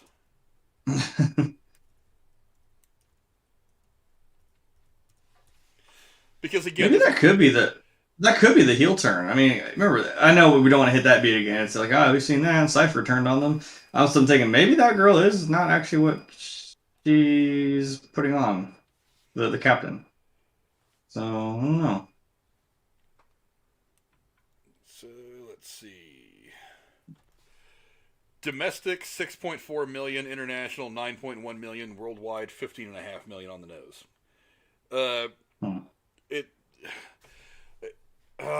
It's going to depend on money for the sequel. The problem is Warner Brothers screwed them by releasing it day and date in theaters and on HBO Max. I'm going to go see it. And I know Keanu was freaking his shit over that, and I kind of get why. Look, I'm going to go see it in theaters again the next time I watch it because I do want to give it some love at the box office. But and I just hate the fact that Warner Brothers is screwing their filmmakers and their creators like this. But I think a sequel is going to have to. They did poke fun at that though. Yeah, but poking fun at it in the movie's funny, but it doesn't do anything to help build enough of a fan base for a film to justify a sequel or continuing on with anything else. You know what I mean? Oh, I think the fans are going to see it whether they want to or not. I guess it's kind of the whole. But how are they seeing it is the problem. Because, yes, look, the day and date releases are going to go away eventually. I hope it's sooner rather than later. But eventually we're going to be past all this pandemic stuff and people are going to feel comfortable going to movies again. It may take 5-10 years, but eventually we'll be there again, so this won't be an issue. But it's an issue right now. And I have a feeling that when they do get around to the sequel, there's probably going to still be a little bit of this COVID stuff to deal with. Let me see. I wonder what the budget for this was. I was say against what budget? I was going to ask if you had that. Well, think of it this way: a movie has to do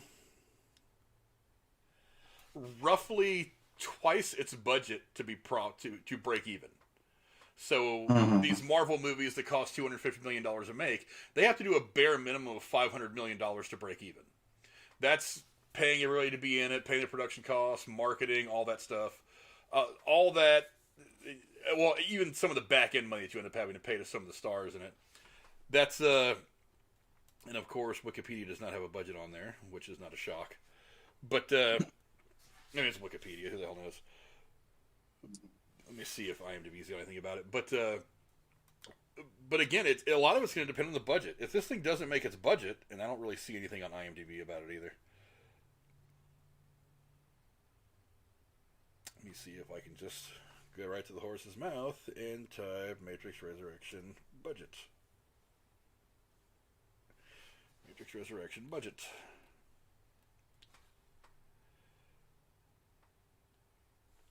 And this, according to Screen Rant, which isn't the worst film stuff to look at.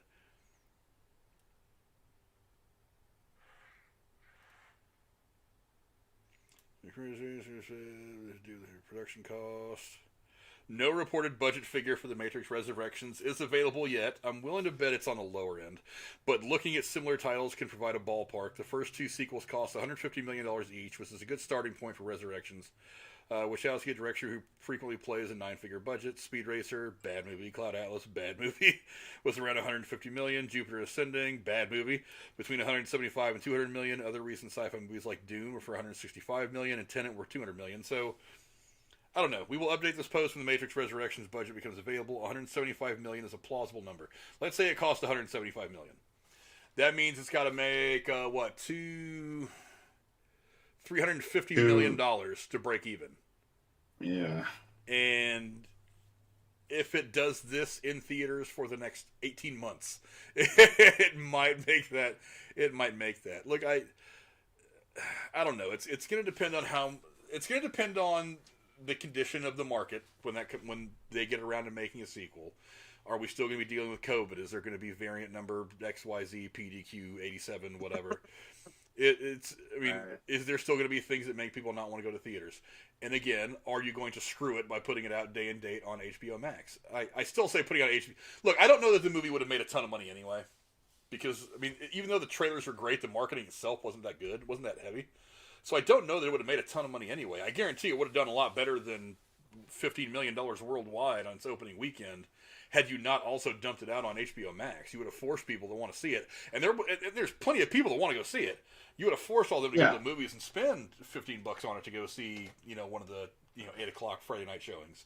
So, I mean, it's going to be really hard to tell. I personally, I think maybe even Keanu Reeves is going to look at this and be like, you know what? We got the fourth movie out. It's done pretty well. I mean, 67% audience and critic score isn't terrible. I mean, that's a 6 out of 10. A little better than a 6 out of 10. That's about where I put the movie, is a 5 or a 6 out of 10 if I got to give it a score like that. So, I mean, why not just end there? You could have ended on a much worse note. Why not go ahead and just end it there and move on? He's got John Wick. I mean, honestly, I think the Bill and Ted third movie is probably going to out-earn this one.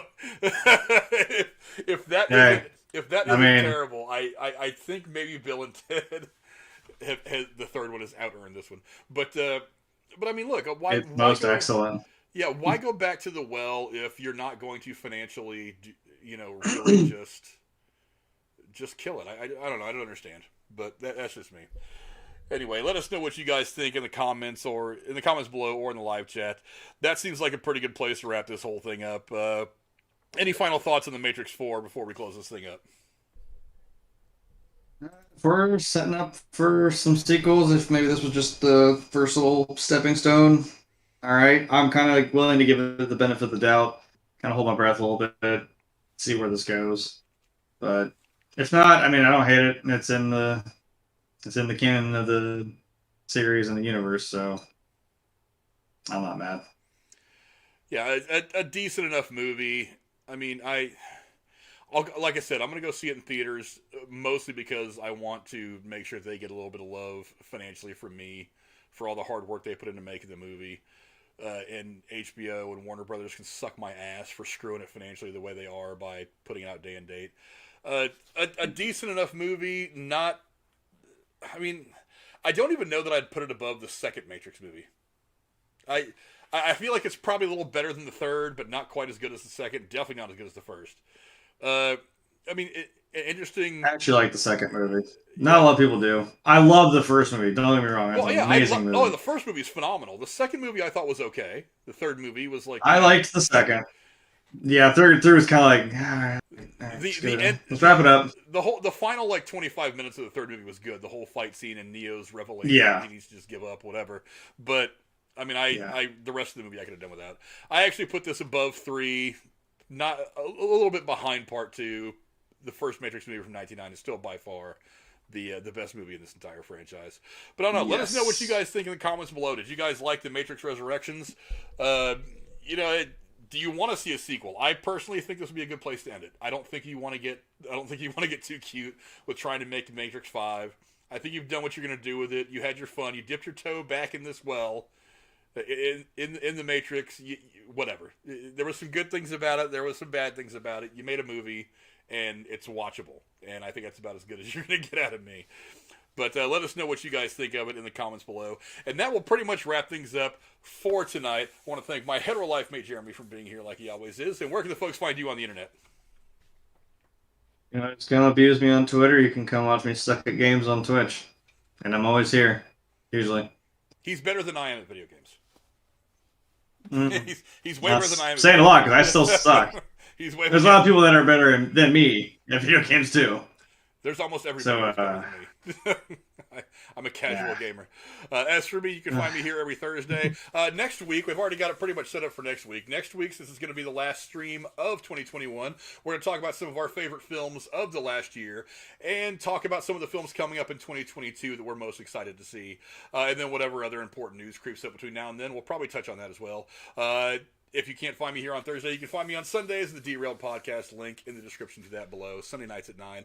I'm going to get out of here right now and go watch the rest of the 49ers-Titans game. Hopefully the 49ers have separated themselves from the Titans. They were up 7-0 last I checked. I think Kittle may have gotten a touchdown, which works for me because I'm in my fantasy championship game against the Deity. I've got to win. I can't listen to him talk shit all offseason. I've got to beat Deity in the championship game. I cannot let him win. He'll never let me hear the end of it. So... Go check out Derailed on Sunday. I'll be there.